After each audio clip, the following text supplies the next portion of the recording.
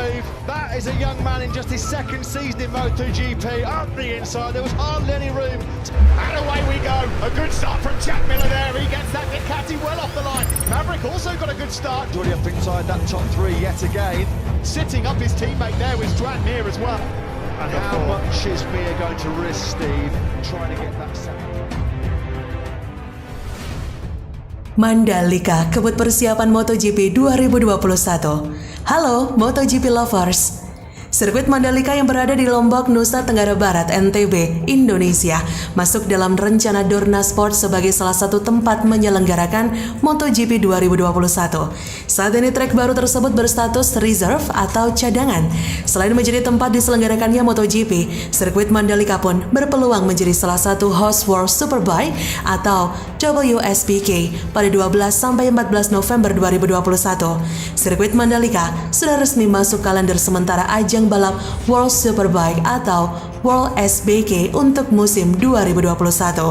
Beberapa waktu lalu Dorna Sport memberikan tenggang waktu bahwa Mandalika harus rampung pada Juni 2021 sehingga bisa dilakukan homologasi pada Juli dan akan digunakan untuk balapan sekitar Oktober atau November akhir musim. Sisa waktu pengerjaan tinggal 4 bulan lagi.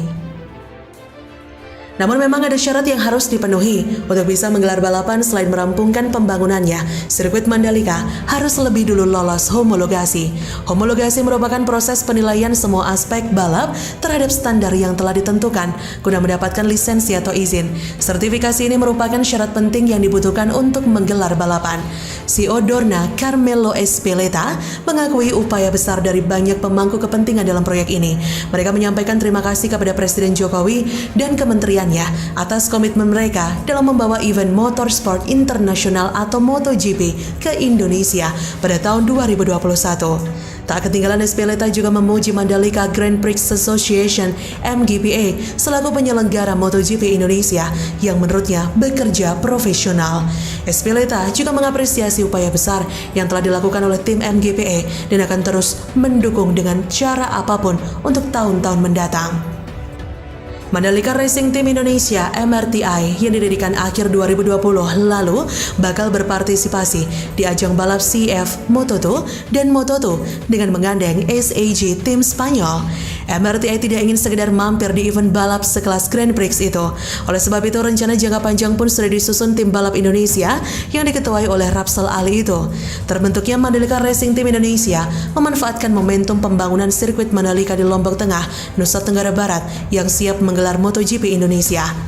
Kata Direktur MRTI Kemal Shah Nasution, sedikit kaget karena kita mau punya sirkuit terkeren di dunia, tapi kok kita nggak punya persiapan pembalap di situ, atau paling nggak ada yang berbau Indonesia harus ada di situ, misal di tim pembalap maupun pebalapnya.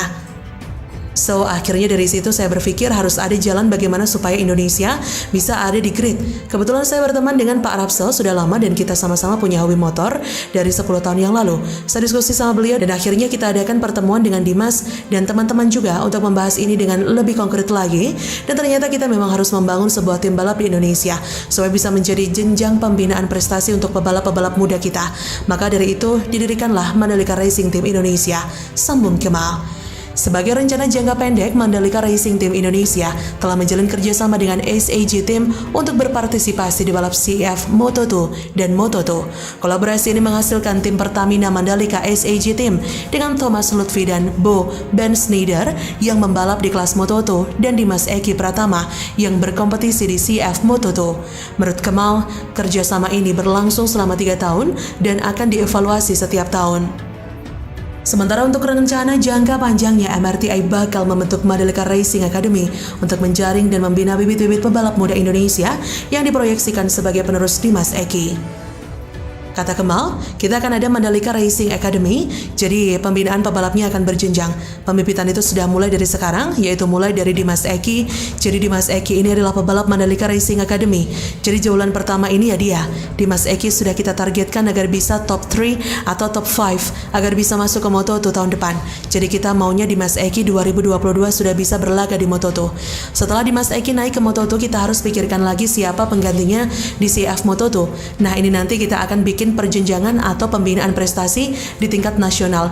Harapan kami mudah-mudahan Mandalika Racing Academy bisa menjadi harapan juga bagi bibit-bibit muda pecinta olahraga sepeda motor agar mereka ke depan bisa menjadi Valentino Rossi di masa mendatang. Nah, itu tadi untuk informasi hari ini. Terima kasih sudah stay tune. Ayo bantu channel ini supaya lebih berkembang dengan cara klik like, subscribe, dan juga komen, plus share di sosial media Anda. Sampai jumpa.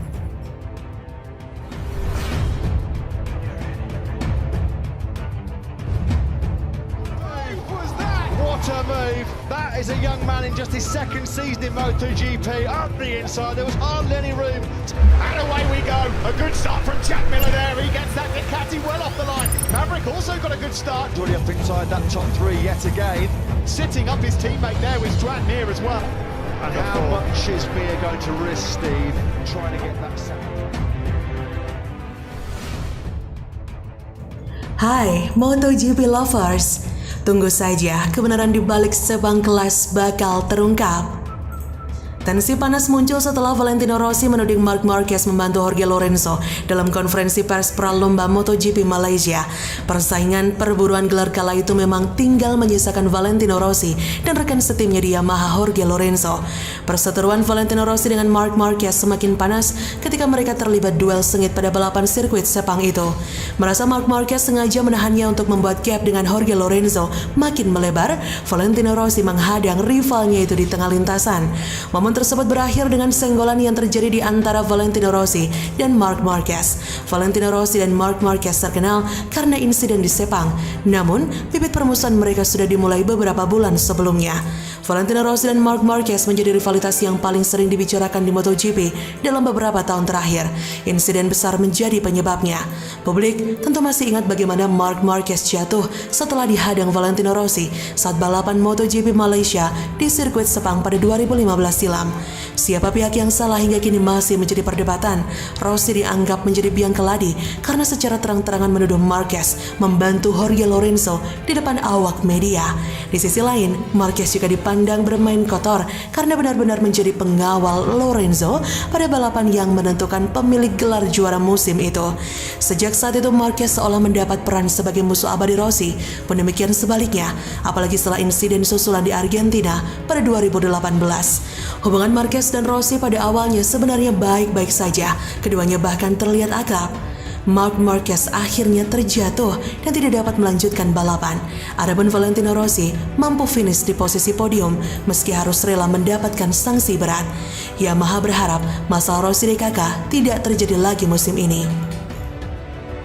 Direktur balap Yamaha Lin Jarvis dan manajer tim Massimo Meregali yakin kekhawatiran yang terjadi pada MotoGP 2020 tidak akan terulang musim ini. Selama setahun terakhir, para mekanik Yamaha berusaha keras mengendalikan masalah mesin. Sementara itu, para spesialis di tim tersebut bahkan terpaksa mengurangi kecepatan hingga 500 km per jam guna meningkatkan masa pakai mesin. Namun itu baru langkah awal. Dari Misano, para pembalap Yamaha kembali membalap dengan kekuatan penuh, seperti yang diyakini Massimo Meregali saat presentasi tim. Kata Meregali dilansir dari bolasport.com dari Speedway, segera setelah kami memahami masalahnya kami dapat meningkatkan kecepatan lagi.